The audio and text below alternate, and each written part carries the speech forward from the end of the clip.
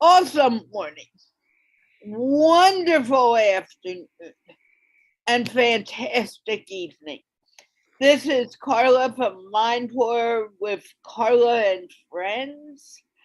And today I have the honor of having Victor Irving Jenkins here, who you know because he's been around. We got Jeff back for some time. I'm not sure how long because, he kind of flips in and out and moves all over the place.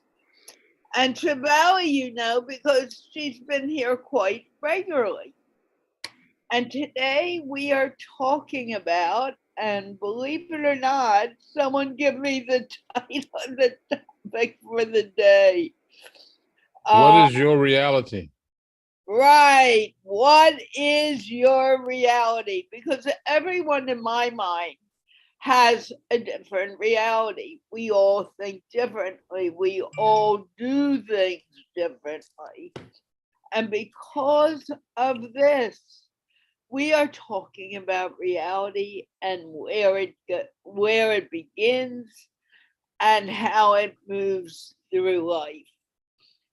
And I am very happy to have these guys talking about it because they're quite interesting people. And they've decided they'll be my friend, which I'm also very happy about. So let's start with Jeff. Jeff, Hi. what is your reality these days? First of all, let people know who you are because you've been gone for so long. Okay. So I'm Jeff Pulver. If you really want to read about my humble beginnings, you just find me on Wikipedia. It's much easier than me talking about myself. I prefer not to, but in No, the con just a small introduction.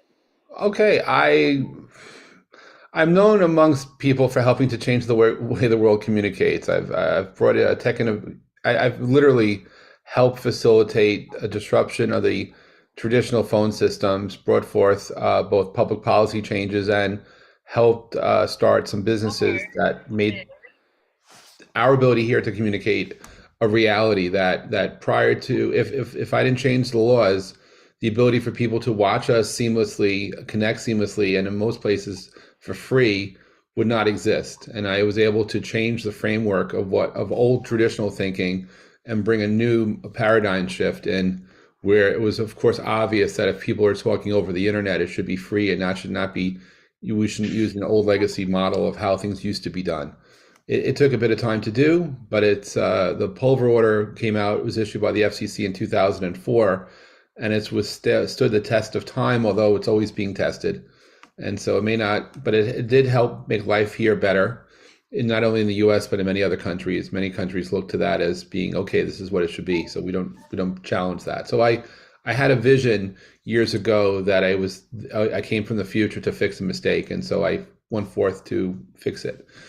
So I did that, and so, but my reality, even that time frame shifts, right? So, when you look at what is my reality, if I take it from the context that we live in flow, and that we're talking about the state of now, or at least I believe in nowism, that all we have is the moments we share, that the past is a nice place to look to for archives, but we don't live in the past, we live in the present, or perhaps we come from the future. And so my reality is a combination of what the chemical in my mind called consciousness helps me better understand. And if I let go of fear and I let go of worry, the reality is not what I perceive, but it's how I deal with the present that I'm in. So my reality at the moment is being here attempting to answer the question. And I did learn that in this reality known as life, never to try, but always to do. And to let go of worrying because it is a waste of time and focus on things that bring passion forward. And so my reality is being present in the moment, dealing with life as it happens. Okay, thank you, Jeff. Victor, introduce yourself and tell us what your reality may be. I'm Victor Irving Jenkins. I live in Sacramento, California. I'm married. I have no children, and I love everybody. My reality is loving everybody. My reality is that the life that I live results from the thoughts that I embrace on a regular basis. The experience I'm having right now is the result of what I thought before. So that if I don't like the experience that I'm having right now, it's too late to do anything about it. But I can do something about the experience that I will have in the future. I believe that human beings are governed by their belief, as am I, and your belief does not have to be what others see as reality. Your belief does not need any proof. When you believe something, your belief is the proof, and you're operating in faith. And faith actually acts as the proof of the reason that I might do one thing as opposed to something else. I believe that I have gotten here on Carla's show because of the dominant thoughts that I've had prior to being here on Carla's show. And I believe that I will help change others' view of their reality. The key thing about the reality is you either feel good about it or you feel bad about it. And the way that you feel about it is actually governed by what you think about it. So the thinking, feeling continuum is what reality is all about for me. Thank you, Victor. And Shivali, and then we'll go around and start the conversation. Okay. Hi, everybody. Hi, Carla. Hi, Jeff. Hi, Victor, and all those who are watching us. I'm Shivali from India. I'm from the northern part of India, that is Delhi zone. And this area is known as Delhi NCR. So it's a collection of few cities, modern cities. I live in one of those cities. That's why at times Carla says, oh, it's somewhere in these suburbs, because I live in these open spaces, there's a lot of greenery around them. As far as this question that what is my reality, actually what I was thinking, I will say Victor said it. So somewhere we connected. Victor was mentioning what he thought earlier is the reality is created today.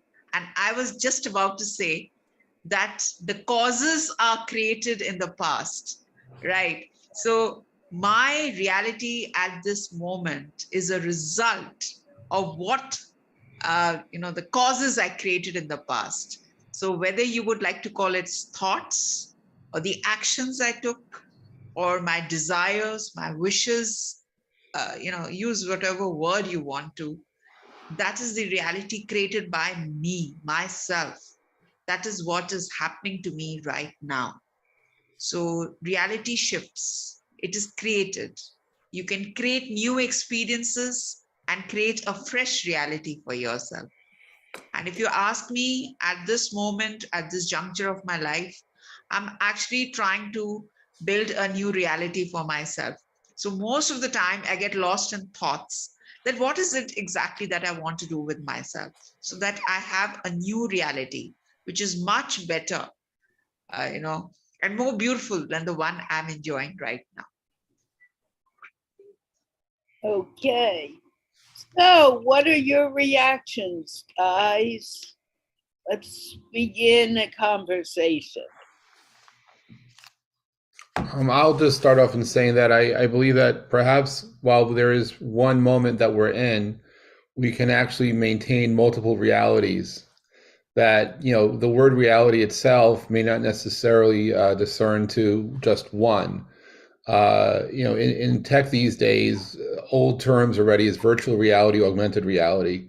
That when someone is playing a game, a video game, they use external devices to pretend or help them visualize a place that they're not through the actions of playing a game. Or if you're a consumer and you're on a website, you might use augmented reality to find hidden messages or otherwise things which would otherwise not be so visible and that we as people on this planet, in our day-to-day business lives, we use augmented, depending upon your profession, you may find that you're using different ways to shapeshift your reality every day. And so that becomes a reality of itself, is that now I'm living inside of a game, or I'm a pilot, and I need to have night vision. So I'm augmenting my reality to see at night. And so there's different phases of that. Plus, if you ever think about how you speak, how we speak, and the personalities you bring forward, when you're home talking to a friend, you have one set of responsibilities. That's your reality. If you work in an office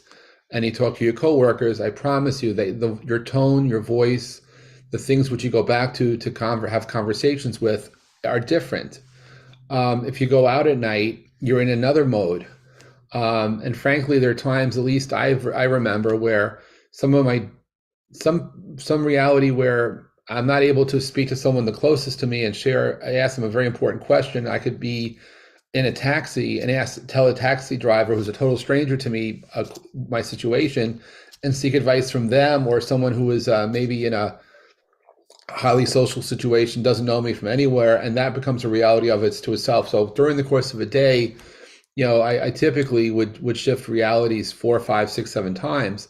And that's not to include the times when you're responding on an email, depending upon who's messaging you, depending upon who's communicating with you. You even take on different sub-realities to deal with situations, because you sometimes are proactive, sometimes you're reactive, sometimes you're passionate and you're doing something because you're driven to do so. And it's all you, but there are pieces of you that are in different places. And if any of you are parents, you will find that the reality you are as a parent to a child is much different than you are from parent to parent. The way you are talking to your elders, the way that you may be speaking to a higher source, and they're all coexisting, that we have coexistence with ourselves across our realities. And we're all at the same time, but perhaps we're just dealing with one reality at a time. But what's real about this is that it's true to your flow, and that I believe that we have reality. And then, of course, the word has also been co-opted by television and entertainment industry, by reality shows, right?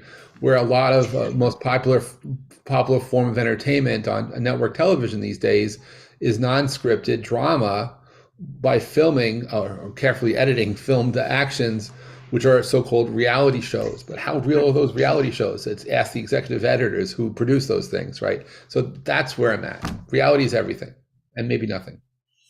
Okay, I'm saying this to everyone.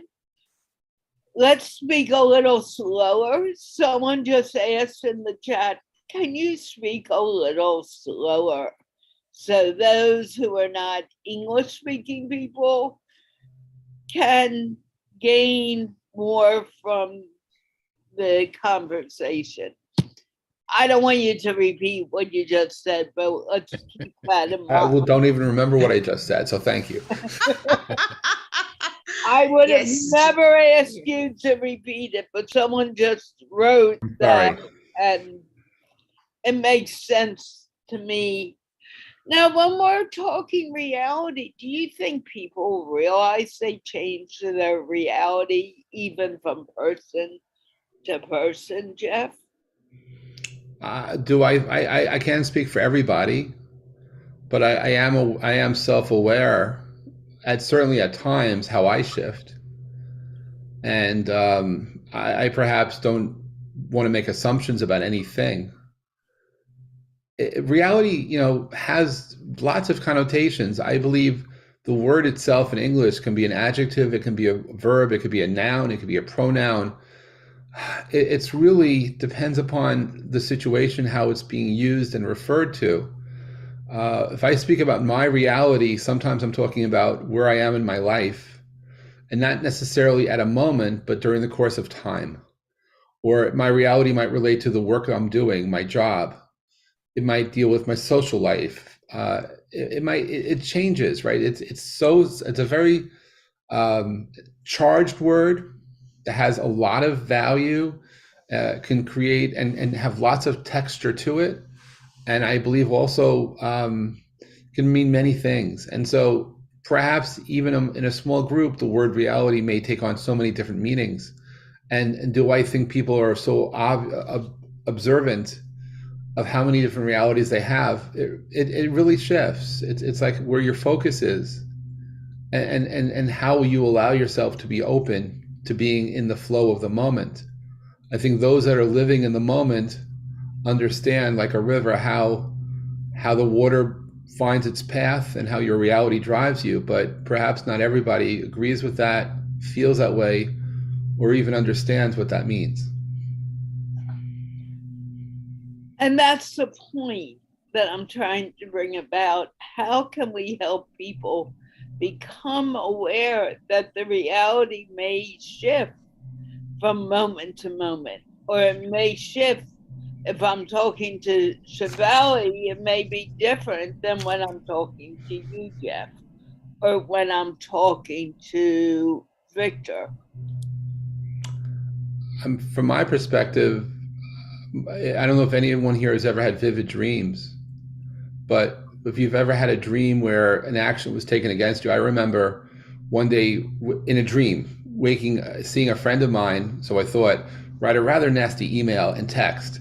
And in my dream, it was so I ended up waking up, and the first thing I did is grab my computer to respond, only to realize it was all in a dream. It wasn't real. And that threw me for a loop, because it seemed so real to me at that moment.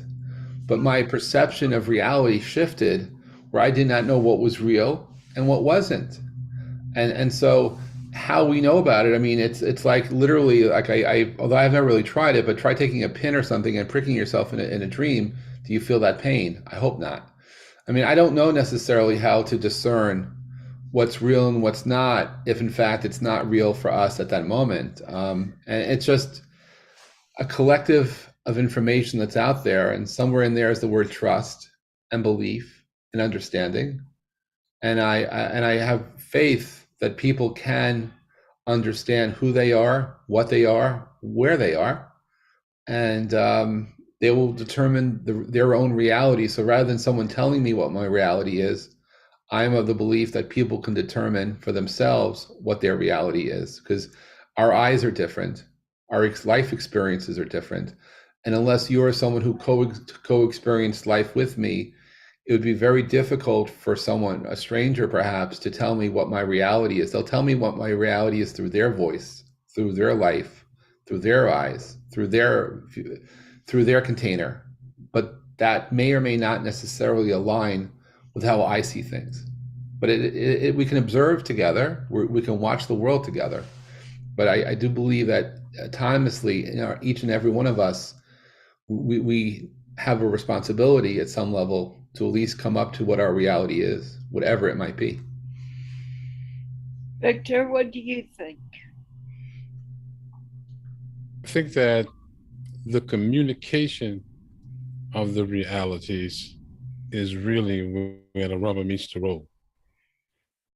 The reality for me is what I do when I'm alone, what my predominant thoughts are when I am alone. And my predominant thoughts help me define my self-image, who I think I am.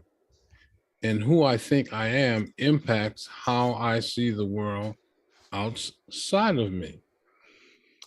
I have decided that the world is a fantastic place, despite all the doom and gloom conversations we have, despite all the things that other people enumerate about what's wrong with the world. I think the world is fantastic the way that it is. And I think that, and I believe that because of how I see me in the world. I see me in the world as a positive force. I see me in the world as someone who is able to pick and choose the thoughts that I carry around. And it is those thoughts that I carry around that help me see the world as I do. I happen to notice in situations like where we are now, where we are actually consciously having a discussion on what reality is, often what we say vaporizes after we say it. We live the life that we live, knowing what we think we know, because we're saying some pretty profound things on this presentation. We are. I choose that when I'm not on this presentation to think about those things that we're saying. And because I choose to think about what we're saying, I hold it dear to me. I hold it close to my heart. And I understand that the way I see it may not be the way it is. In fact, many times I choose to see it differently from the way other people see it because it makes me feel better. The one quote that I would like to be remembered for is, if you can't lie to yourself to make yourself feel better, then what is the point in being able to lie to start off with? Okay. I agree. My reality is different from everyone in this room, the Zoom room. However, some people do not realize that reality changes depending on the person. How can we help people begin to realize that they create their own reality in their mind? It's not really created outside of our mind, it's created in. If we decide that we want to focus on all the negativity in the world, and maybe we don't even realize we're making that decision, that's all we're going to see. If we decide that we're going to look at the positivity in the world, that's what we're going to see. And somewhere in between, we all exist.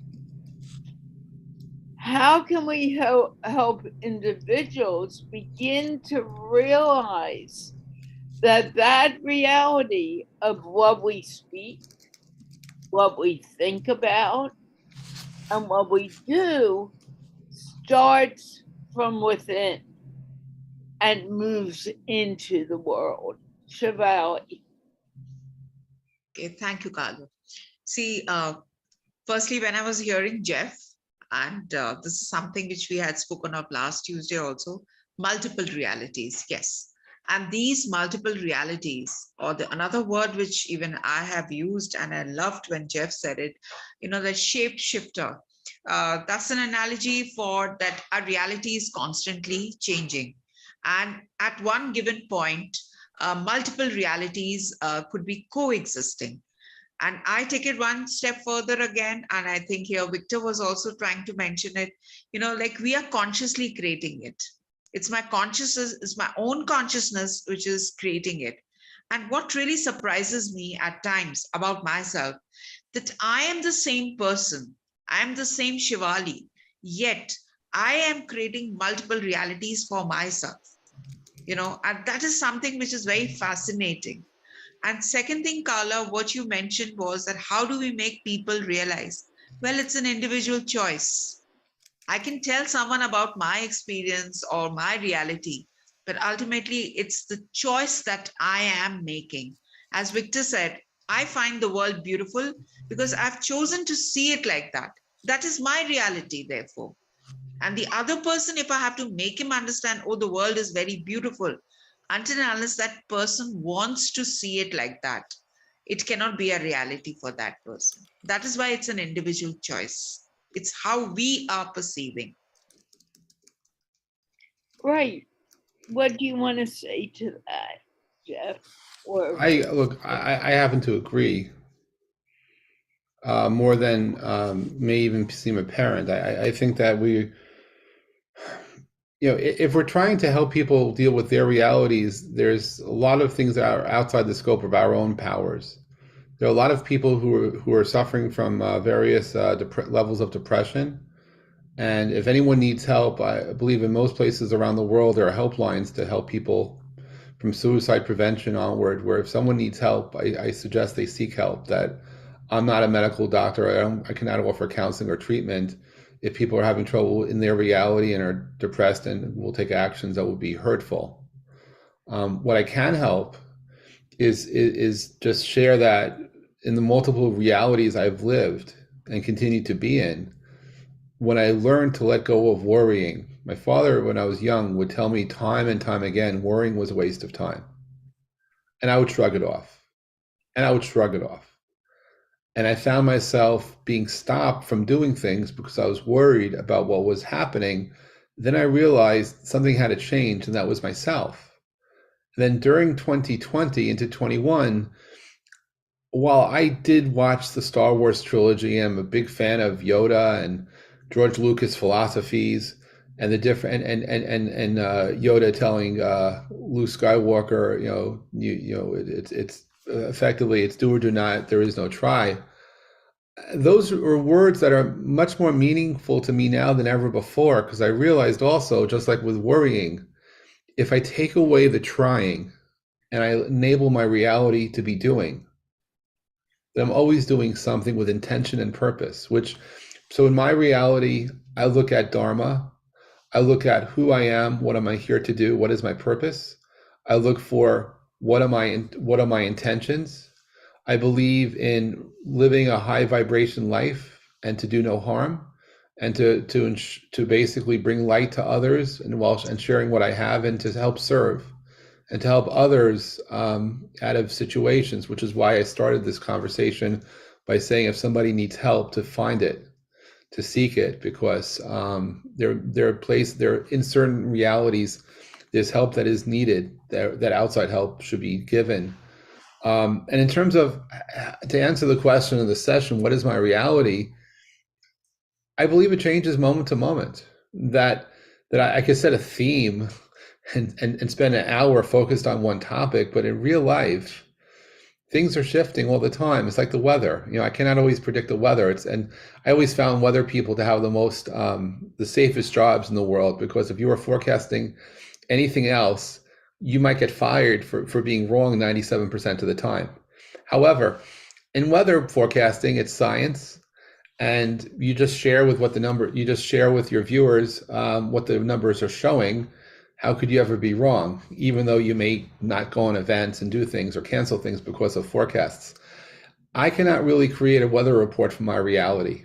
What I do know is that if I engage in a practice of being worried, my reality gets slowed down. If I engage in a practice of trying, my reality gets slowed down. And what ultimately I create are many roadblocks, which are reasons which I'm ultimately not able to attain my goals. I'm not able to get past something because the blocks were created by me. So my reality exists in cooperation with many other realities, but I allow myself the possibility, yes, I'm wrong. I'm filled with love. I bring light and I share, and I'm here to help serve others and help others understand who they are, to the extent that their reality allows themselves to ask questions and to connect. That is me. And that our realities change. Someone wrote a very interesting comment in the chat. One cannot depend on positivity only, just like we cannot think positive for our opponent, who always tries to harm us. I disagree. I wish good on that person. Yeah, I disagree too, but I'd like you guys to kind of respond to that, because it depends on what we decide to focus on.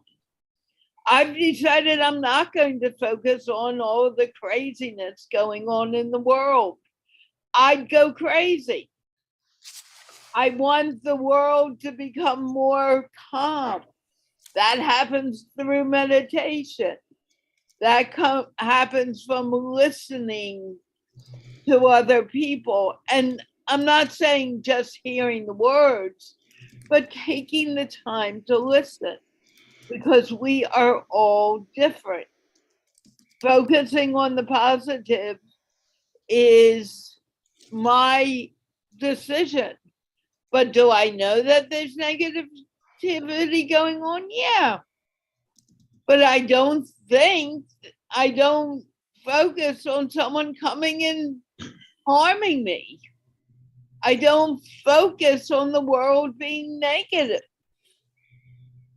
And that's where the difference is.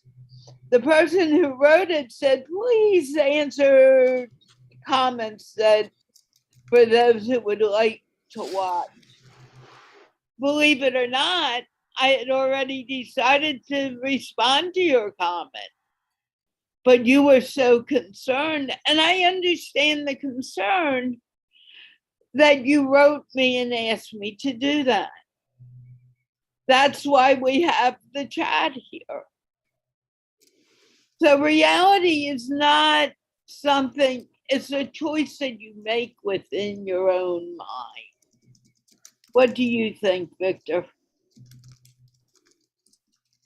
Based on the questioner, I want to point out that sometimes when we respond to questions, the person that's asking the question feels a certain way about our response. Right. Sometimes people are just wrong in their assessment.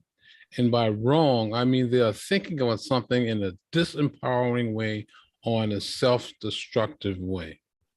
And the only response is to tell them something that's not in a self-destructive way.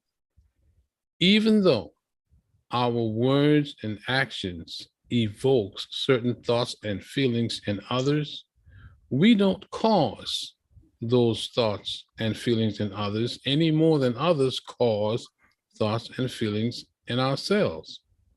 So when someone says that there has to be negativity in the world and you can't stay positive all the time, it may not be practical that you can do that, but it certainly is something that we can aspire to. By embracing the thought that you can't be positive all the time, what really is the point that you're trying to make? Is that an edifying point that you're trying to make? If a person does not believe a goal is attainable, then they're not going to aspire to that goal. If a person believes that you can't think positive all the time, then they're not going to try, they're not going to engage in the activity that leads them to think positive all the time. My response is that you can be positive far more often than you know. You have way more power to do that than you know.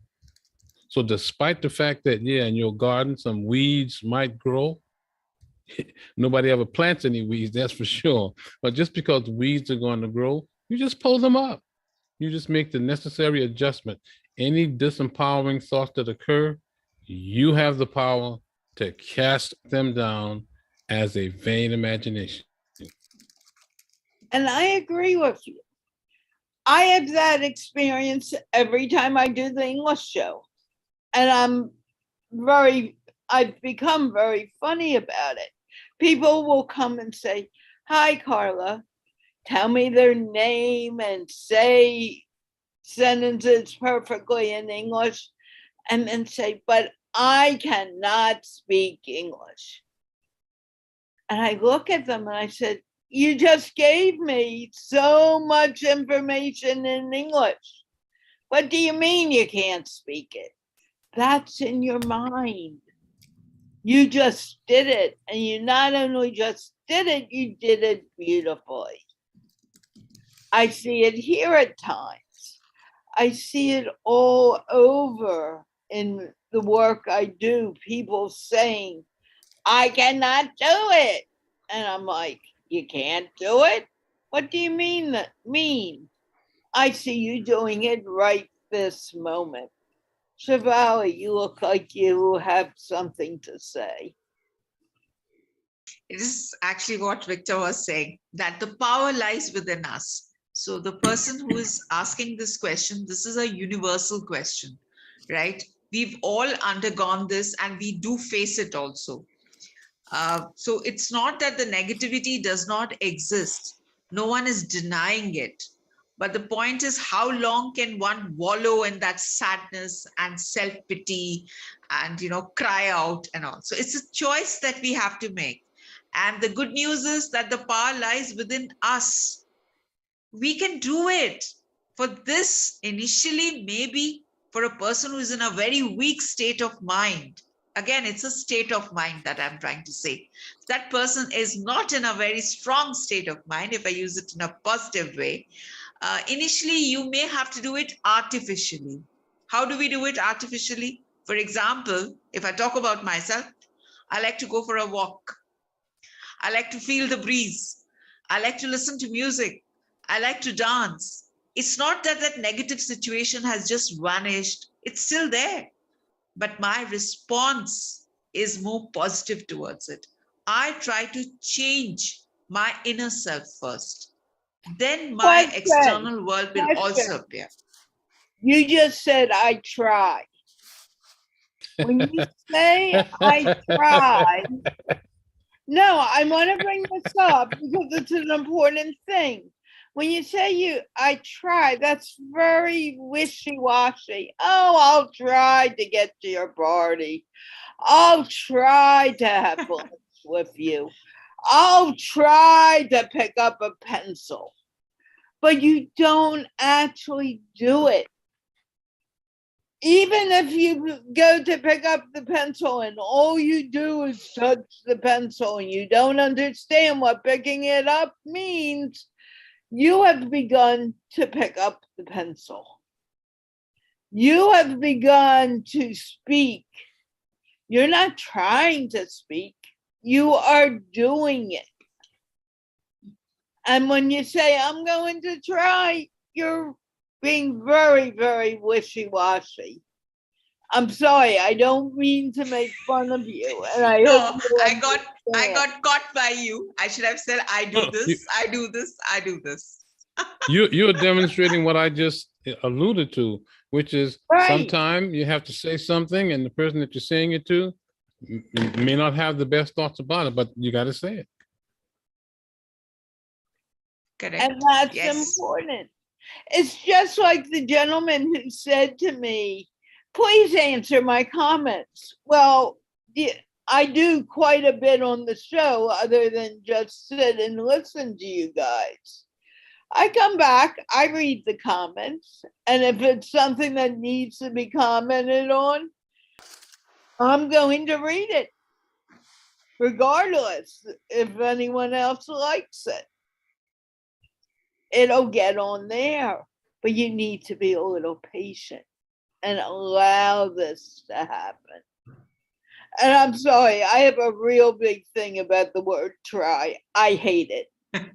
Although I know that I use it, and when I go to use it, I'm like, did I really say that?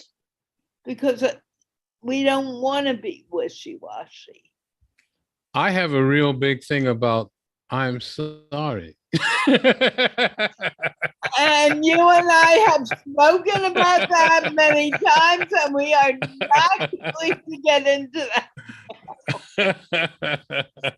You're right. There's no reason for me to apologize. But Carla, yes, the power lies within us. That's for sure. The power lies within us. We do it. Okay, now I'll use the word. We do it. Or can I say we can do it? I don't know. But we do it. It's okay. The ultimate. Yes, we do it. Like I dance, I do a lot of things that time. And I know that thereby, yes. And another thing, patience. I think we need to be patient with ourselves also. That is also needed, Absolutely. And, yes, patience is needed. Acceptance also at times. But acceptance doesn't mean that you become weak. No. By accepting things, you're not weakening or you're surrendering. You take cognizance of what is happening, you accept it, and then you change it through action. This is what I strongly believe in. And I do it also. Now I got the word. I do it. And that's the point. point, someone just wrote, the person who wrote it said, mention my name. You know, sometimes I can't pronounce the name. Sometimes it's more important to get the knowledge out than worry about your name. Well, Shakespeare said that. What's in a name? What is in the name? Are we not all connected? And if we are all connected, and Jeff, I want you to answer that. If we are all connected, what does it matter if I call Shivali Shrinkhead or Jeff Noise Loudmouth? Or actually, Loudmouth belongs to Victor more. Well, I think some of that just comes to respect and honor of presence, not so much, but that's almost macro, not micro, not macro. But when you were talking, I wrote down earlier today a phrase that was in my mind that I think relates directly to the conversation here, where I wrote, be present in your moments and your moments will be present to you. And that's very much how I can explain reality. Because when you're in flow, you're present with your moments. And this is things that you're doing with intention, with purpose. And you're in sync with everything. And frankly, if you're known to give out nicknames in a loving way to everybody, and that's part of who you are, and we're still talking to you, then we accept it implicitly. If you're bullying us and we allow it to happen, that might create emotional trauma, and we may be accepting that, in which case we may be seeking help. But that's another issue, right? But in terms of, because that reality is, it could be abuse, it could be emotional abuse, and there are many people watching right now that have been emotionally abused who may not talk about it. They've been emotionally abusive relationships. They themselves may be the aggressor. How many people in our lives do we deal with that are megalomaniacs, or people that are so much, they take it, if you're empathic in any way, shape, or form, there are people who out there who want to be your energy vampires, who will take full advantage of your kindness and want to take away the light that you have because it's who they are, it's their mission, whether they realize it or not.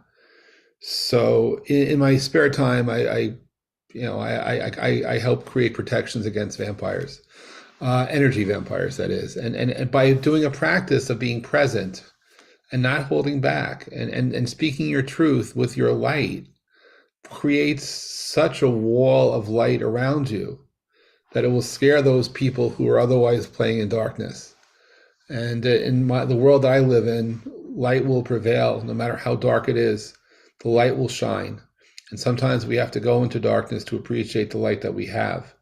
So in terms of where we're at, it comes back to, who are you? Who are you? And then when you start answering with I am and close your eyes, that becomes a foundation for many a meditation. For many a meditation where in your mind you answer the question, I am blank. And that will hopefully raise your consciousness and raise your vibration to a place that you intuitively understand who you are, who you can see, and who you connect with, and where and when. So for me, it's about consciousness, actions, being present in the flow of your life. And that of itself will help create the reality that you're in. And that's a very important point, Jeff, because we create our own reality. I don't care if you've never thought of these words before or not. We do that. And this show is to make you begin thinking about things that we create.